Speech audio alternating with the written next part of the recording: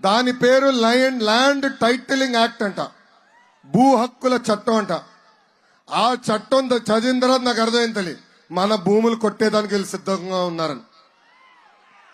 దాంట్లో మూడు విషయాలు మీకు చెప్తా. మొదటిది, మనం కష్టపడి భూములు కొనుక్కున్నాం, లేదంటే మన తల్లిదండ్రులు మన కోసం భూములు కొన్నారు, లేదంటే మన తాత ముత్తాత వాళ్ళు కొనుక్కున్న భూములు మనకు వస్తాయి. మళ్ళీ జగన్మోహన్ రెడ్డి గారి ఫోటో ఎందుకే? ఆయన ఏమైనా సొంత భూమి ఇచ్చాడా? ఆయన జోబు నుంచి తీసి మనకి ఏమైనా ఇచ్చాడా తల్లి? ఆయన ఫోటో ఓకే, పోన్లే. ఆయనకి ఫోటోలు పిచ్చి తల్లి, బాగా పిచ్చి. ఎక్కడికి వెళ్ళినా రంగులేయాలా, ఎక్కడికి వెళ్ళినా ఆయన మొహం పెట్టాలా. పోన్లే, పట్టాల పైన ఫోటో ఉంది, ఆయన కర్మ అనుకున్నా. దాని తర్వాత చట్టం చదివితే నిజం బయటకు వచ్చింది.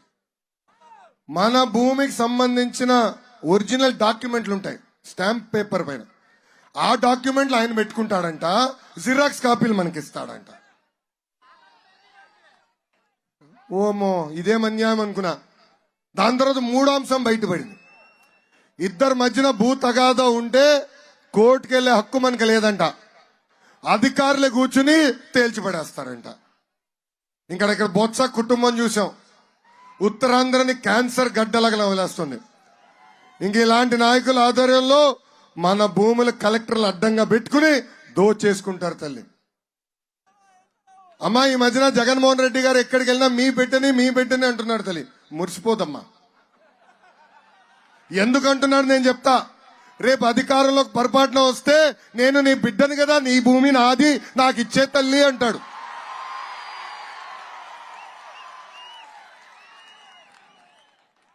రెండు 2014 ఆంధ్ర రాష్ట్ర విభజన జరిగింది. కట్టుబట్టలతో మెడబట్టి మనం బయటికి గెంటేశారు. రాజధాని లేని ఆంధ్ర రాష్ట్రంగా మన ప్రయాణం మొదలు పెట్టాం. సచివాలయం, అసెంబ్లీ అంతా హైదరాబాద్ లో ఉండే. ఆనాడు ఆ అసెంబ్లీ సాక్షిగా ఒకే రాష్ట్రం ఒకే రాజధాని, కానీ అభివృద్ధి వికేంద్రీకరణ చేస్తానని హామీ ఇచ్చాం. దాంట్లో భాగంగా 15 లక్షల కోట్ల పెట్టుబడి, 35 లక్షల మందికి ఉద్యోగాలు, ఉపాధి కల్పించే పరిశ్రమలతో మన ఒప్పందం కుదుర్చుకున్నాం. మన 5 సంవత్సరాల్లో 44,000 పరిశ్రమలు తీసుకొచ్చి 6 లక్షల మందికి ఉద్యోగాలు, ఉపాధి కల్పించింది తెలుగుదేశం పార్టీ. ఇంతేకాదు, మన జిల్లాని కూడా పెద్ద ఎత్తున ఆనాడు అభివృద్ధి చేశాం. మీరందరూ ఆలోచించండి. తోటపల్లి ప్రాజెక్ట్ కి ఆనాడు 774 కోట్ల రూపాయలు ఖర్చు పెట్టి ప్రాజెక్ట్ ని పూర్తి చేశాం. ఈ ప్రాజెక్ట్ ద్వారా 52,000 ఎకరాలకి సాగునీరు మన ప్రభుత్వం అందజేసింది. ఇంకా ఉత్తరాంధ్రకి సుజలా స్రవంతి పథకం ఆనాడు ప్రారంభిస్తే ఈ ప్రభుత్వ అధికారులకు వచ్చి ఆ పథకాన్ని కూడా క్యాన్సిల్ చేసింది. సెంచూరియన్ యూనివర్సిటీ తీసుకొచ్చాం. ఇంకో పక్కనే ఉన్న భోగాపురం ఎయిర్పోర్ట్ నిర్మాణానికి ఆనాడు భూసేకరణ చేసి హైదరాబాద్ లో శంషాబాద్ ఎయిర్పోర్ట్ ధీటుగా విశాఖపట్నానికి ఉత్తరాంధ్రకి ఎయిర్పోర్ట్ ఉండాలన్న లక్ష్యంతో ఆనాడు పనులు ప్రారంభించిన వ్యక్తి చంద్రబాబు నాయుడు గారు. 2019లో ఒక్క అవకాశం మన మాయమాటికి మనందరం పడిపోయి మోసపోయాం. జగన్ అనే వ్యక్తి ముఖ్యమంత్రి అయిన తర్వాత మొదటి బాధితులు ఆంధ్ర రాష్ట్ర యువకులు. ఆనాడు ఆయన ఏం చెప్పాడు?